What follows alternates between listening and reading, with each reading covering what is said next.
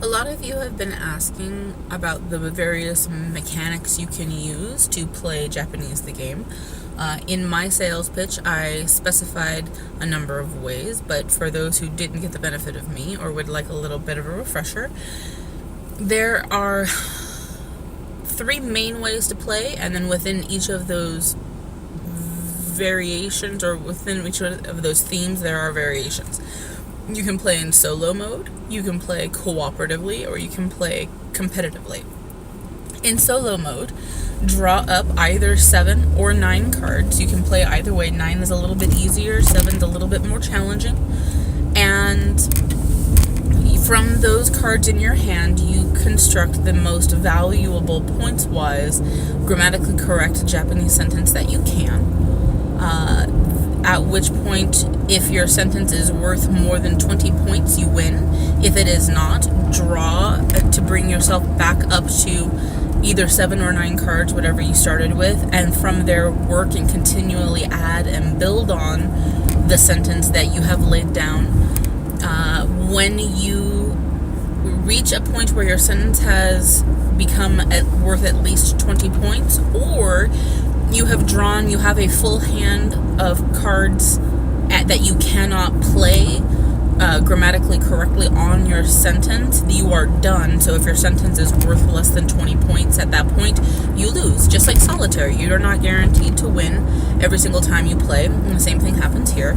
Although you do win in the sense that you got to practice your Japanese, whether you wanted to or not. So that's one way, or I guess technically 2 variations on how to play solo mode.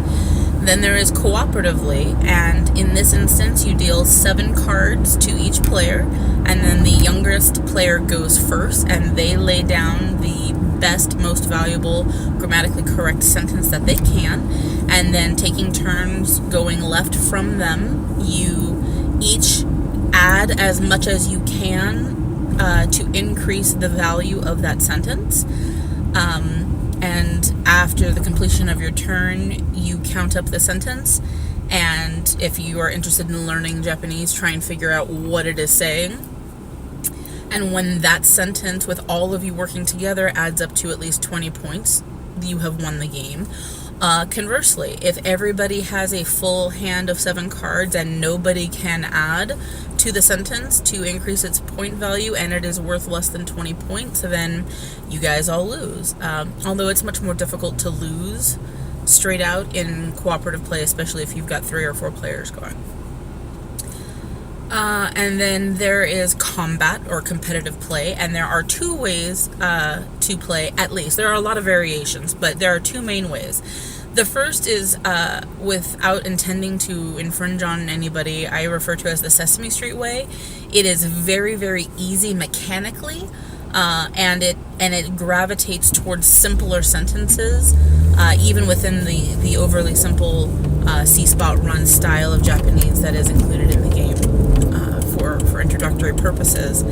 And it is really geared more towards very, very new players, or people who are so intimidated by the language that they would like the comfort of a very simple mechanics, or if you're playing with, in my case, very young children. My son is 4 years old, so we stay away from the overly complex combat that I will describe in a minute. But the way I play with him is each of us gets dealt 7 cards, and then we independently construct the most valuable sentence that we can, and we lay it down. And if the sentence that he lays down is worth 4 points, and the sentence that I lay down is only worth 3 points, then he wins the round. I get 0 points, and he gets the point value of his sentence. So in this example, he would get 4 points. And then we discard all of those cards, including the ones in our hand that we did not use, and we deal fresh again another 7 cards to each of us for a second round. And we keep doing that until one of us collects a total of 20 points, at which point they win, and I have always lost. So I always lose against him just through luck of the draw.